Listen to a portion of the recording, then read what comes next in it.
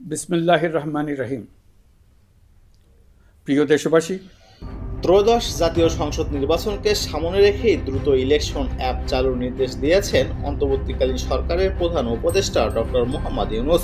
নতুন এই অ্যাপ যেন ভোটারদের জন্য সহজেই ব্যবহারযোগ্য হয় তা নিশ্চিত করতেও সংশ্লিষ্ট কর্মকর্তাদের নির্দেশ দিয়েছেন তিনি। রাজধানীর রাষ্ট্রীয় অতিথি ভবন যমুনায় অনুষ্ঠিত এক উচ্চ পর্যায়ের বৈঠকে এই নির্দেশনা দেন এই প্রধান উপদেষ্টার উপপ্রেস সচিব আব্দুল কালাম আজাদ মজুমদার এই তথ্য জানিয়েছেন। তিনি জানান, বৈঠকে প্রধান উপদেষ্টার টেলিযোগাযোগ ও আইসিটি বিষয়ক বিশেষ সহকারী ফয়েজ তাইয়েবের আহমেদের আসন্ন ভোটের জন্য একটি ইলেকশন অ্যাপ চালুর পরিকল্পনার ঘোষণা করেন।